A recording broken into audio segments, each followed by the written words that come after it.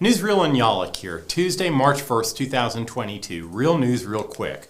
Dozens of diplomats from all over the world walked out during a speech by Russian Foreign Minister Sergei Lavrov at the UN Human Rights Council meeting in Geneva when he claimed that Russia invaded Ukraine for fear Ukraine was seeking to acquire nuclear weapons.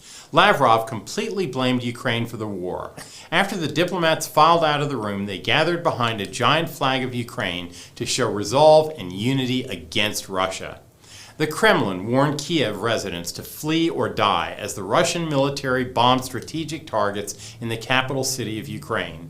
A 1,300-foot-high TV tower suffered damage but remained standing, but the Russian bombs also symbolically struck the Babin Yar Holocaust Memorial next to it, where 34,000 Jews were slaughtered in 2 days during World War II. A 40-mile military convoy of armored vehicles and tanks is heading towards Kiev from the Russian border as Belarus has joined Russia in the invasion as well. Senate Minority Leader Mitch McConnell of Kentucky on Tuesday contradicted former President Donald Trump's recent praise of Putin as smart and savvy by declaring that he views the Russian president as a ruthless thug.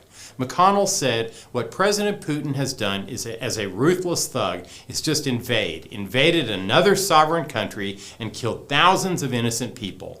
President Biden will tell Americans in his State of the Union address tonight that he has a better plan to fight surging inflation than lowering costs. Instead, he plans to ask Congress to spend $2 trillion on his Build Back Better spending bill, but with a new name. Of course, Biden doesn't plan to address the fact that government overspending is exactly what caused the inflation in the first place.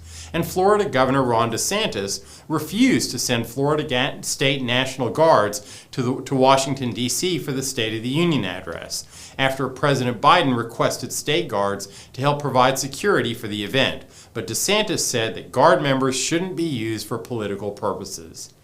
Texas Child Welfare Agency officials have started investigating parents of transgender children for possible child abuse charges, including one of the Texas Department of Family and Child Protective Services' own employees who has a 16-year-old trans daughter. This policy change occurred after Texas Governor Greg Abbott ordered the agency to investigate gender transitioning of children, such as puberty-blocking drugs, as child abuse after the Attorney General made a ruling. And that's the way the world is. See you tomorrow. The views and opinions expressed in this broadcast are those of the hosts and guests and do not necessarily reflect the position of the